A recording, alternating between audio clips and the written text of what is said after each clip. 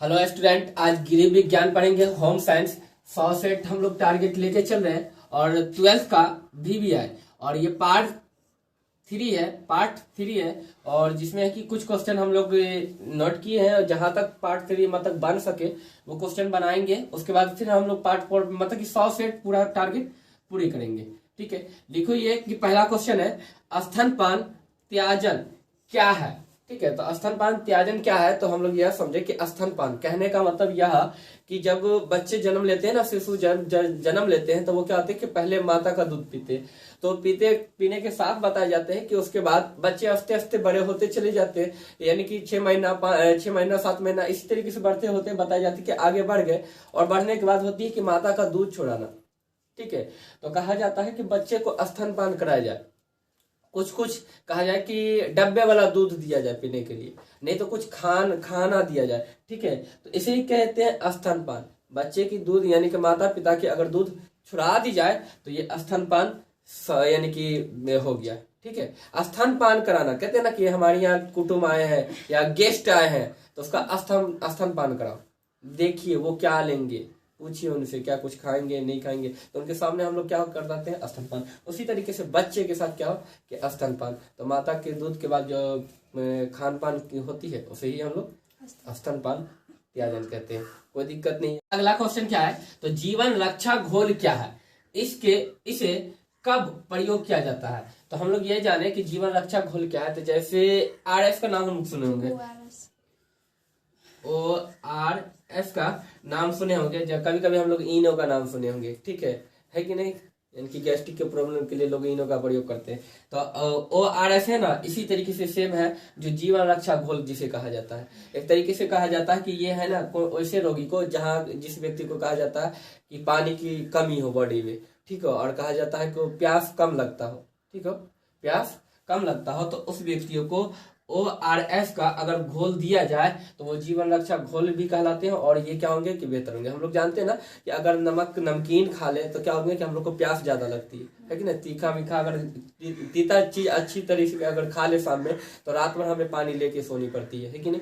कभी कभी देखते हैं कि पानी का लोग हम लोग प्रयोग करते हैं, तो इसी तो कहते हैं जीवन रक्षा घोल। ये कहा जाता है कि क्या है ये, मतलब कि इसको कहा जाए कि ORS है ना, एक तरीके से यह कहा दिया जाए कि एक तरीके से ये नमकीन और क्या होते हैं पोटेशियम मिली होती है, ये दोनों के मिश्रण से बनी होती है। इसका प्रयोग कैसे किया जाता है, तो घोल के किया जाता है। कैसे किया जाता है, घोल के। यहाँ पे लिखी हुई है ना जीवन रक्षा घोल, जीवन की बेहतर रक्षा घोल, ये आपको समझ में आ गई होगी, कोई दिक्कत नहीं। ORS के थ्रू क्या होती है, इसका प्रयोग किया जाता है, कोई दिक्कत नहीं। देखिए आपकी अगला क्वेश्चन है 13 नंबर, लिखो कि पारिवारिक जीवन चक्र की विभिन्न अवस्थाओं को लिखे। ठीक है, अब यानी कि यहाँ पे पहली पॉइंट हम लोग लिख दिए, क्या लिखे, आंसर है ये, समझ लीजिए, आपकी समझ लीजिए ना, कंफर्म ये आंसर है। लिखो कि परिवार के सदस्यों की संख्या। अब जैसे कि पारिवारिक जीवन चक्र की विभिन्न अवस्था, जीवन चक्र मतलब कि क्या है कि परिवार में हर एक इंसान रहते हैं तो उसकी जीवन चक्र मतलब क्या कि वो जीवन, जैसे हम लोग क्या कहते हैं कि अब क्या होंगे कि एक दिन यानी कि खाना बनाए, खाना खाए, फिर कमाए, फिर खाना बनाए, फिर खाए, फिर कमाए, मतलब ये चक्र नहीं तो क्या है, जीवन चक्र ही है ना परिवार को लेकर। तो अब यहाँ क्या, अब यहाँ लिखो कि पहली पॉइंट लिखी परिवार के सदस्यों की संख्या। अगर हम लोग सेम बताए जाते हैं कि 10 रुपया अगर कमाए हैं और 10 रुपया में 4 को व्यक्ति खा लेते हैं, अगर 5वां व्यक्ति हमारे यहाँ क्या कहते हैं गेस्ट आ जाते हैं, ठीक है, अगर गेस्ट आ जाते हैं तो वो गेस्ट के लिए हमें क्या होंगे कि खाना बनानी पड़ेगी। तो ये क्या होंगे कि परिवार की जो है ना सदस्यों की संख्या भी जीवन चक्र को प्रभावित करता है। ठीक है, या यहाँ नहीं, लोग कहते हैं क्या कि बिना खाना खाए वो कमाने चले गए, वो बिना खाना खाए कहाँ चले गए, कमाने चले गए। अब लिखो कि आयु, अब एक दिन हम लोग समझे थे कि आयु क्या है। आयु मतलब क्या कि कोई छोटे बच्चे, कोई बड़े बच्चे, कोई उससे भी बड़े बच्चे, उससे भी बड़े, तो ये नहीं क्या होते हैं कि आयु भी क्या होते हैं कि जीवन चक्र को प्रभावित करता है। इस अवस्था को क्या करता है, परिवार के सदस्यों को प्रभावित करता है। क्योंकि किसी की आयु कम है तो वो कहता है हमें यही चाहिए, यही खाएंगे, दूसरा कहता है नहीं मुझे ये नहीं वो चाहिए, मतलब इस प्रकार से। अब लिखो कि लिंग मतलब कहा जाए कि स्त्री एवं पुरुषों पर विभाजन। ठीक है, अब उसको लेकर क्या होती है, स्त्री एवं पुरुष क्या कहते हैं कि स्त्री कुछ और खाते, पुरुष कुछ और खाते, ऐसा होता है। खाने में कुछ क्वालिटी आ जाती है जो जीवन चक्र को क्या करता है, ये प्रभावित करता है। इसके बाद लिखो कि शरीर का आकार, कोई आदमी मोटा होता है, कोई आदमी पतला होता है, कोई ज्यादा खा लेता है, परिवार में थोड़ी सी तकलीफ हो जाती है, अरे वो तो ज्यादा खाए है, वो खाता है, ठीक है। तो इस प्रकार के हम लोग को परिवर्तन। अब आती है रुचि।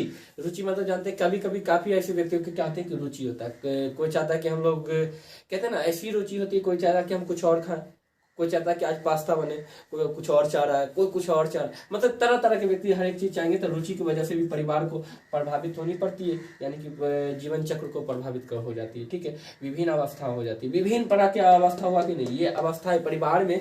ये लगभग है कि अगर 10 गो परिवार 10 गो सदस्य के परिवार है तो 10 गो तरह के उनके पास रुचि होंगी, 10 रुचि होंगे, 10 को रुचि को पूरी करनी पड़ेगी।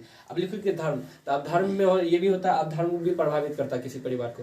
किसी किसी के परिवार को देखेगा ना अंडे खाएं, इन्हें कहते हैं ना कि वेज नॉन वेज, हम लोग सुने शाकाहारी मांसाहारी, मतलब क्या होंगे कि कितना होते कि ऐसे होते कि शाकाहारी की भोजन नहीं करते, शाकाहारी भोजन नहीं करते, तो क्या करते हैं, तो मांसाहारी करते, उल्टा बोल रहे हैं ना। वो मांसाहारी भोजन कितना क्या होते हैं, नहीं करते, शाकाहारी भोजन करना पसंद करते हैं। तो ये धर्म पे भी प्रभावित करती है।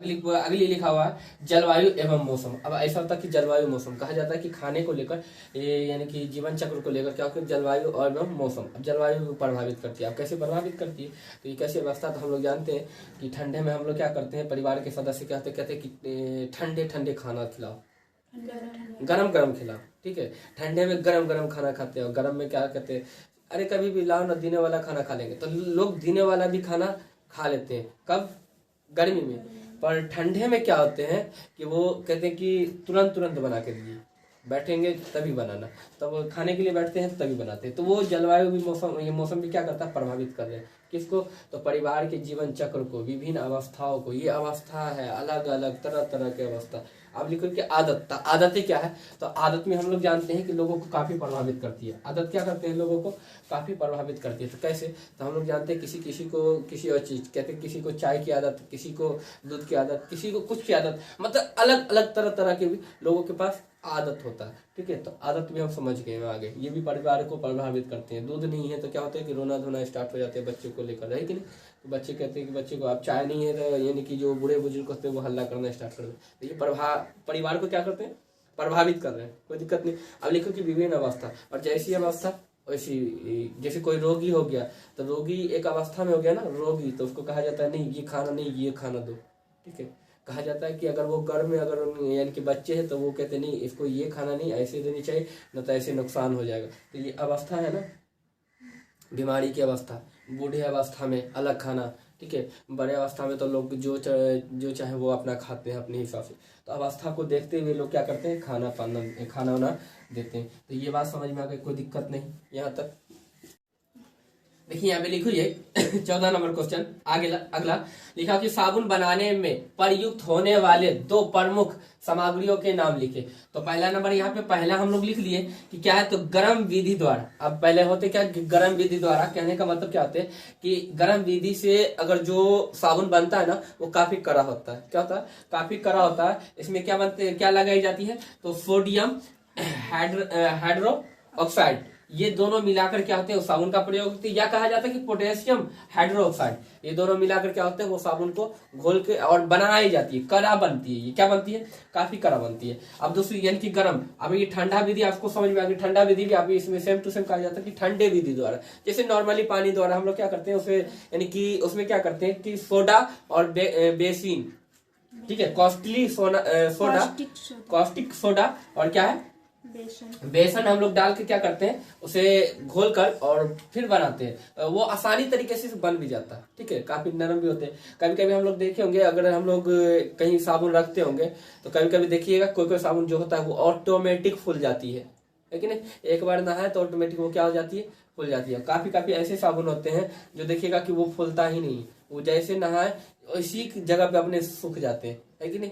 तो उसे गर्म और जो हल्का सा फूल जाते हैं उसे क्या कहते हैं हम लोग, ठंडा। ये कोई दिक्कत नहीं आता। हम लोग जानते हैं बेसन क्या होते हैं, फूलते हैं। सोडा और बेसन मिला के क्या होते हैं कि ठंडे साबुन बनाए जाते हैं। यहाँ तक कोई दिक्कत नहीं है आपकी क्वेश्चन। देखिए अगली क्वेश्चन है आहार नियोजन की परिभाषा दे। अब कहने का मतलब आहार नियोजन, नियोजन मतलब हम लोग जानते हैं योजना बनाना, ठीक है।